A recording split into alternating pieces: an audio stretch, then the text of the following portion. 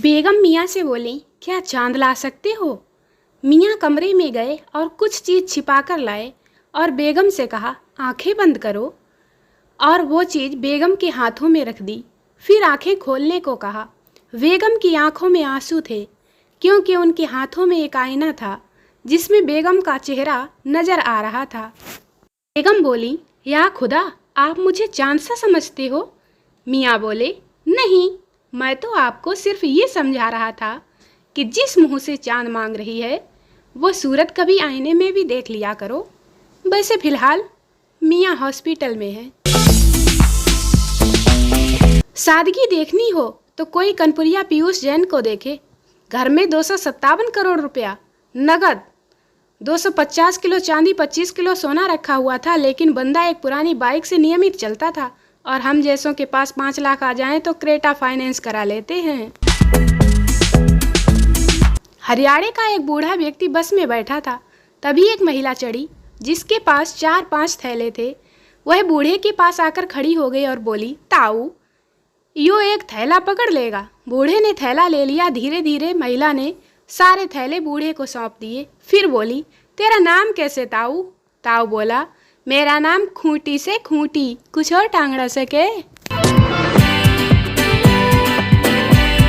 पति पर निबंध। हिंदी की क्लास थी। टीचर बड़ी उदास थी। पति से थी लड़कर आई, अब काहे की पढ़ाई। बच्चों ने कहा, टीचर पढ़ाओ। टीचर ने कहा, मेरा सिर मत खाओ।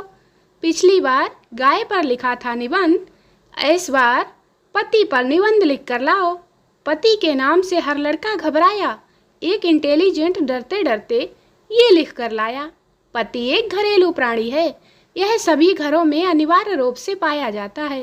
इस घरेलू प्राणी को पालने का पूरा अधिकार पत्नी नामक ओहदे से सम्मानित महिला को प्राप्त है। इसे पाने के लिए दहेज रूपी कीमत अदा करनी पड़ती है, अर्थात इसका बाजारू भाव बहुत अधिक है।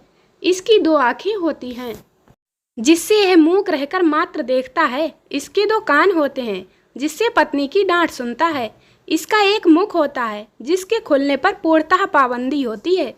इसकी इकलौती नाक में अदृश्य नकेल होती है। यह काफी कुछ मनुष्य से मिलता जुलता प्राणी है, जैसे पति होने से पूर्व में मनुष्य की श्रेणी में आता हो। पति के प्रकार। पहला, जोरू का गुलाम। यह प्रजाति हमारे देश में बहुतायत रूप में पाई जाती है। इस प्रजाति के पति टिकाऊ, मेहनती, सीधे व वफादार होते हैं। यह उम्दा नस्ल के होते हैं। डांट, मार, गालियां इन पर प्रभावहीन है। पालने के लिए यह पति सबसे अच्छे हैं। नंबर 2, जोरू का बादशाह। यह प्रजाति धीरे धीरे लुप्त होती जा रही है, इसीलिए सरकार जल्द से जल्द ही इसके संरक्षण के लिए बादशाह पति संरक्षण नामक एक अभियान चलाने जा रही है।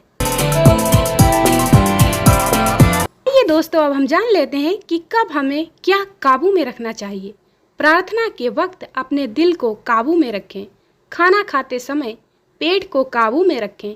किसी के घर जाएं तो आंखों को काबू में रखें। महफिल में जाएं तो जबान को काबू में रखें। पराया धन देखें तो लालच को भूल जाएं। अपनी नेकियों को भूल जाएं। दूसरों की गलतियों को भूल जाएं। अतीत के कड़वे संस्मरणों को छोड़ दें। दूसरों को नीचा दिखाना छोड़ दें। दूसरों की सफलता से जलना छोड़ दें। दूसरों के धन की चाह रखना छोड़ दें। दूसरों की चुगली करना छोड़ दें। दूसरों की सफलता पर दुखी होना छोड़ दें। आजकल के बच्चे ये कभी नहीं जान पाएंगे कि पुराने जमाने में निम्नलिखित कारणों से कूटा भी जाता था। पहला, पिटने के बाद रोने पर। दूसरा, पिटने के बाद नहीं रोने पर।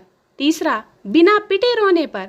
चौथा, दोस्तों के साथ खेलने कूदने पर। पांचवा, दोस्तों के साथ नहीं खेलने कूदने पर। छठा, जहां बड़े बैठे हों वहां टहलने पर। सातवां, बड़ों को जवाब देने पर। आठवां, बड़ों को जवाब नहीं देने पर।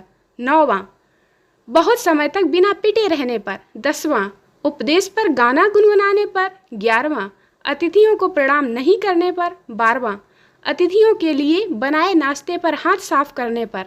13वां, अतिथियों के जाते समय साथ जाने की जिद पर। 14वां, खाने से मना करने पर। 15वां, सूर्यास्त के बाद घर आने पर। 16वां, पड़ोसियों के यहाँ खाना खा लेने पर। 17वां जिद्दी होने पर, 18वां अति उत्साही होने पर, 19वां हम सब बच्चों के साथ लड़ाई में हार जाने पर, 20वां हम उम्र बच्चों के साथ लड़ाई में जीत जाने पर, 21वां धीरे धीरे खाने पर, 22वां जल्दी जल्दी खाने पर, 23वां बड़े जाग गए हों तो सोते रहने पर, 24वां अतिथियों को खाना खाते समय निहारने पर, 25वां चलते समय रपटने पर, बड़ों के साथ नजरें मिलाने पर, 27वां बड़ों के साथ नजरें ना मिलाने पर।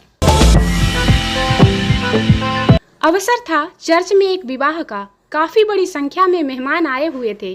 दूल्हा दुल्हन खुशी से फूले नहीं समा रहे थे। पादरी महोदय ने जैसे ही विवाह की रस्म शुरू की, उन्होंने औपचारिक शुरुआत ही की और संबोधित करते हुए कहा, अगर यहाँ मौजूद किसी भी महिला या पुरुष को इस विवाह पर आपत्ति है तो वह कृपया आपत्ति के कारण सहित सामने आए। सभी लोग चुपचाप अपने स्थान पर बैठे रहे। अचानक एक सुंदर सी महिला, जिसकी गोद में एक छोटा सा बच्चा था, पीछे की पंक्ति से उठी और पादरी की ओर तेजी से बढ़ी। दुल्हन ने जब उस औरत को बच्चे के साथ पादरी की ओर आते हुए देखा तो दूल्हे को कसकर एक झापड़ रसीद कर दिया। दूल्हा अपना गाल सहला ही रहा था, इसी बीच उसकी माँ बेहोश होकर गिर पड़ी।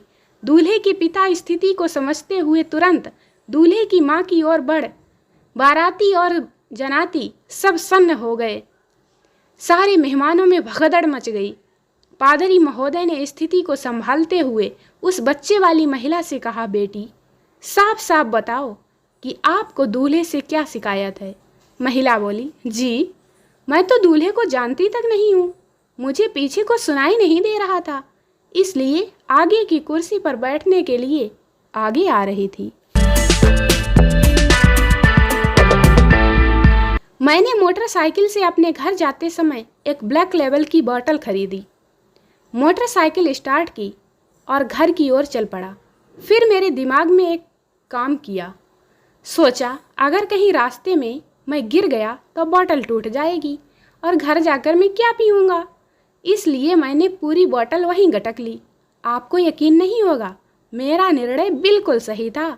मैं रास्ते में 4 बार गिरा। पत्नी ने अपने पति से पूछा, आप मुझे कब तक प्रेम करेंगे? पति ने उसकी आंखों में आंसू की एक बूंद निकालकर समुद्र के पानी में डाल दी और बोला, ये आंसू की बूंद जब तक तुम खोज कर नहीं निकालती, मैं तब तक तुमसे प्रेम करूँगा।